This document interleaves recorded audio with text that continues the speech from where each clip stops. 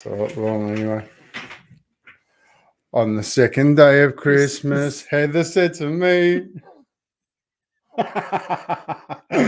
"Oh, I'm just stoked, just popping up quickly because it's interesting right now. We're out and about in the streets of Frankston. Heather's with me, and we're connecting with hearts. And I'm just so grateful that we are. I've just come back tonight, and Oscar's had his very first day at high school, and it was an absolute ripper. And come back, and I've gone for a run, and I feel good. I finally feel good about things because it's getting my fitness back up. But right now, it's not actually about me. It's about how we're connecting to our community. And today I've got Heather Joy Bassett joining me because she's staying with us and helping with the 12 days of Christmas. And I'd love for you to share your experience so far. What is it? 2 days, 2 days down, 2 days of 12 days of Christmas. And it really is an extraordinary experience to touch the heart and soul of people and to hear their stories and some of the challenges people are going through and have been through, and they're still standing, and the vulnerability and the courage and the openness of people to share their journey it's pretty spectacular, really. And it's very moving to just to experience the depth of what happens when we thank someone for showing up and turning up and being who they are in the moment. So it's it's such a range of emotions and experiences from the we get that rejection of no, my space, get out of it, I don't want to know you. And then the people who just break down in tears before you, and then those who wrap you in a warm hug, and those who just suddenly, I'm getting kisses on the cheek from people. And so, it's quite a journey. And we've seen young kids through to elderly people, such a diverse range of people. It's pretty extraordinary, really. Yeah, it really is. I forget how special it is at times because that's how I live. Doing it all the time. That's how I live. Yeah. And I just love it. And there's so many amazing stories coming out of it. And for me, just micro moments at the minute. But it's, there's young guys who have a dream and wants to go to LA. Yeah. And doesn't see how that's possible. And I know that with a little bit of encouragement, a little bit of future pacing, we can make that happen. Yeah. And that for me is the thing about this that I just love. It's about that little bit of hope, that little bit of opportunity to see that you can do this, that you might be able to touch a heart, that you might be able to do something for you that make life better for you, therefore makes it better for the people around you. But I've got a couple of quick special mentions today, but one's Grant and his son.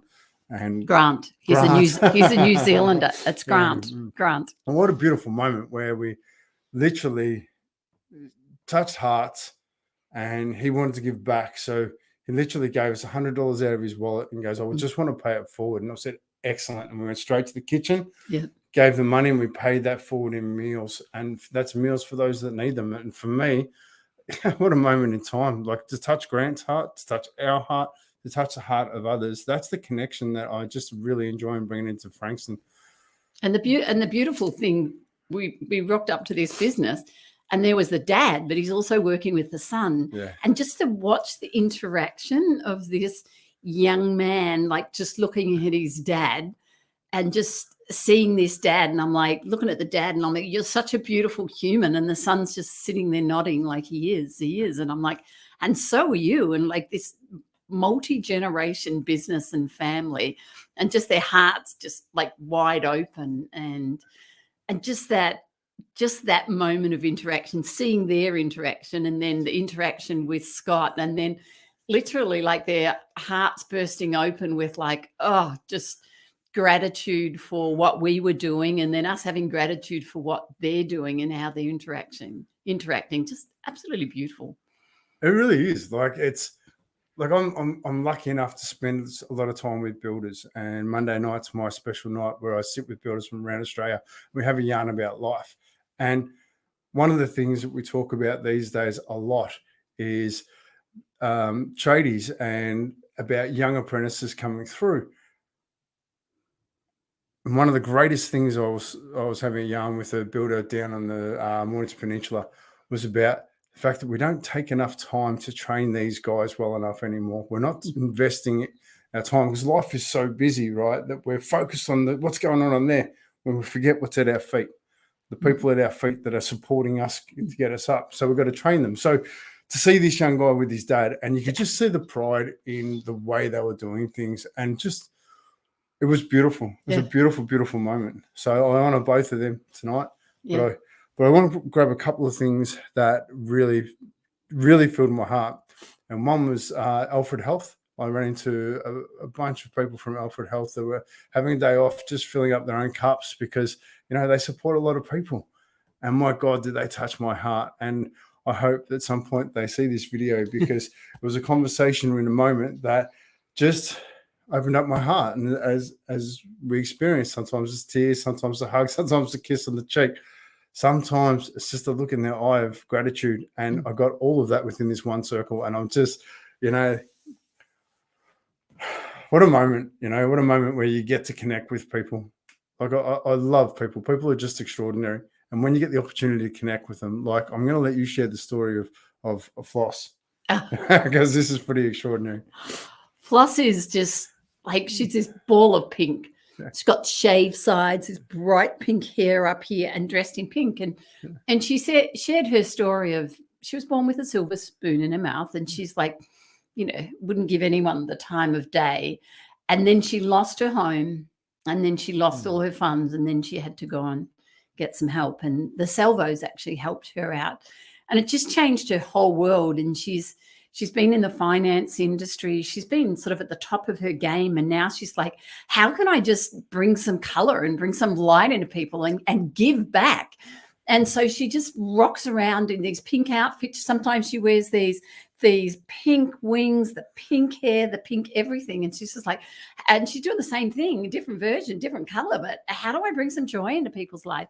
How do I say thank you? How do I just spread the joy? And she literally just is floating around the world. You can't help but smile when you see this bright pink, this bright pink angel is what she really is to the world. And she's in the community and doing various things. And it's just like, like what a gem, like just, and what a privilege and an honor to just hang out with her for that time and hear her story. And, you know, the journey she's been on from here to down here and up to here. And, you know, she's in her, I think she was in her 50s, and she's just like, you're like going, she's driving. It's like, yeah, this is it. You know, this is what I'm here to do. Oh, so good. It is like her energy was beautiful. And Scotty Mack was with us today when that happened. And that's the first time Scotty's been out and about touching base with the community. And I tell you what, it's a challenge, right? When you haven't done it before, it's a real challenge to walk up to a stranger and say, hey, I just want to thank you for doing your best right now. It brings up all your stuff. You know, like even Heather, if it's all right if we share, like it's, you know, like you get the socks out in front of you and it's like, so you take them, right? But the reality is it's about the connection, right? And you learn so much about yourself when you're trying to connect with someone you don't know.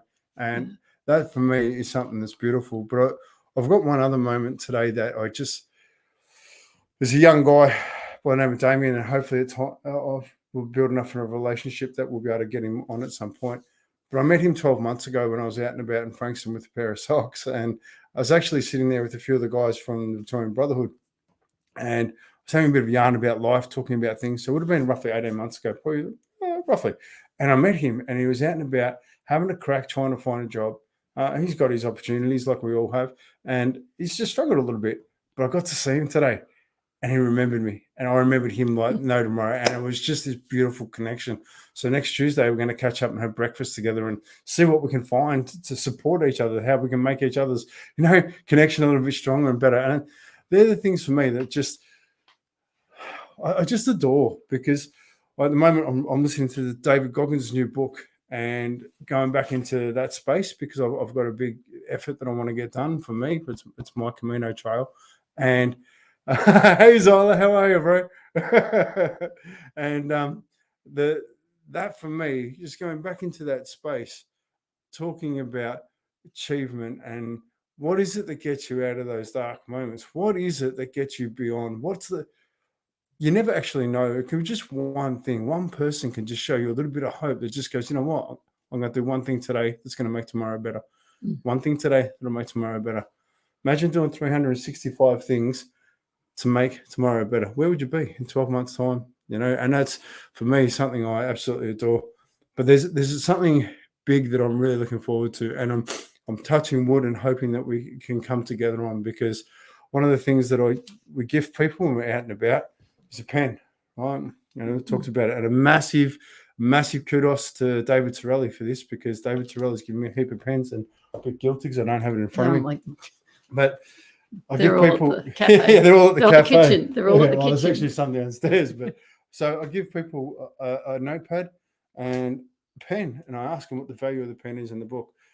I know they give me different things, but the value of it is what you do with it. And the most important story you'll ever write is your own. So I'm actually asking people to share with me their stories. I actually want to know them, and I'm really hoping to collate these beautiful stories about the amazing people in Frankston. You know, because we've all got one, and if we can share those stories, we can connect a little bit deeper. We can know each other a bit deeper. Then get the opportunity to understand and grow. And I'm absolutely adoring it. But I want a big shout out to the Bayside Community Kitchen at the moment, because they're hosting us. They're having, and they're doing amazing things down there, especially with paying it forward with the meals, paying forward meals. Like, the thing I love most about the Bayside Community Kitchen is one of the things, if things aren't going right for you, how to uphold your values, how to uphold your lifestyle, how to uphold the things you want to keep in your life.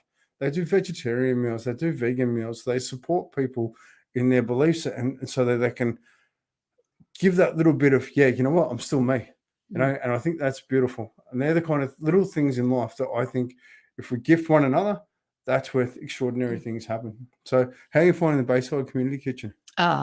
Like just the heart and soul, like having Monday when we were sitting there and having a chat to them, and how they came together, and a little bit of their story and what brings them there, and how just generous and open they are to giving of their time and their finances. I mean, they're self-funding this. It's literally mind-boggling to what they're willing to bring to the table. And then to watch the interactions with the people that they know so intimately, and then the skills they bring as well. Yeah. Like the skills and the understanding they have about mental health problems. And with someone, it's like, well, I know if they go there, this isn't going to work and this will work. So there's a depth of knowing through even the medical understanding that they have that just is helping people navigate in a way what's really difficult and chaotic times, and they bring this effortlessness into understanding without judgments, without expectations, that then helping create these paths forward. It's beautiful. It's extraordinary. And I like that, helping create the path forward, right? Because they're the little things that if we keep gifting people a little path forward, you know, like there is light. And like, I love it. Like Hugh, who is a fantastic guy and is involved in quite a few things that I actually do. And, you know, our mentor, Mick Hawes, you know, consistently provides things around mindset. And if we change our mindset, we change our perspectives, which gives us the opportunity to grow, you know. So I just, 2 days in, and, you know, like it's interesting because we're not there all the time. It takes a lot of energy to be there and present with people consistently. And that's one of the things that, for me, we need to be cautious of, especially when we're having deep conversations, is it does take a lot of energy. So you can't sit and do an 8-hour shift of these big, heavy conversations. You got to go in 4 to 5 hours, spend your time, really connect with people. But it's just so wonderful. You know? How's your heart? Listen, it's like just... Yeah, it's... like it just cracks you open further and further, and it just can't help but crack you open further and further, and then I have to be mindful because I'm a highly sensitive person and I'm a high empath at the best of times, let alone sitting with these people who have gone through extraordinary things and have so little support around them. And then you've got something like the Bayside Kitchen, and then seeing these different volunteers and people come in and yeah, so that compassion fatigue, we have to be very mindful of that. And I have to be very mindful of just staying very centered and grounded, because it would be very easy for me to end up collapsed in a heap at the bottom of their feet with gratitude of just like, how are you even still standing with what you've gone through? How are you even still alive with what you've gone through? And and they have a smile on their face amidst the tears and the drama, and it just shows up, how much perseverance shows up, and how resilient these people are. And then this kid, like, he's got so much fire and he's in so much trouble, and I'm like, just to have a proximity around him, like, he is such a go-getter, and that importance of having community and having that support around us to guide us through these difficult and challenging times. Yeah. And it's on the flip side, I love connecting with people who, there's a gentleman today who's come out of real estate office, cracking bloke. He's just got back from Berlin, and he's walking the streets of Frankston.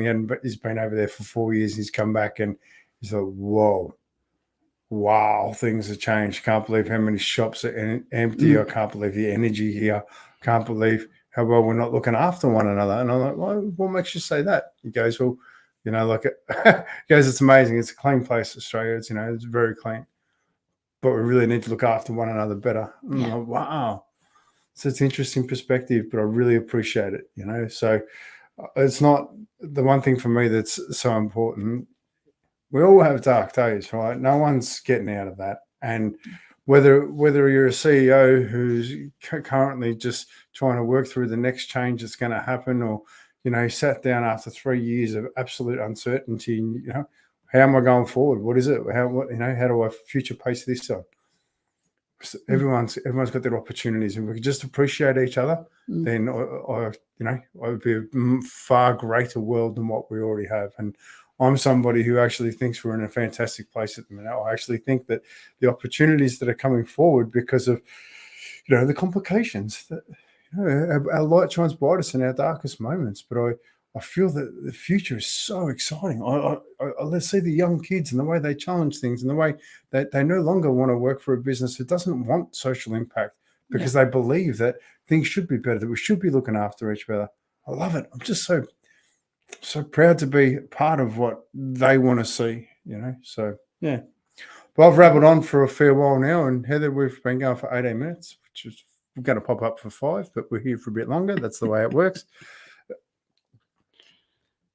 I'm really proud of the community in Frankston. I'm really proud of the people getting around each other. I'm really proud of Heather for stepping out of her comfort zone to actually come out and really embrace things, like you do enjoy, and you do hold a great conversation with people, but it still can be a little bit confronting when you've got to hand a pair of socks over. It does bring up a bit.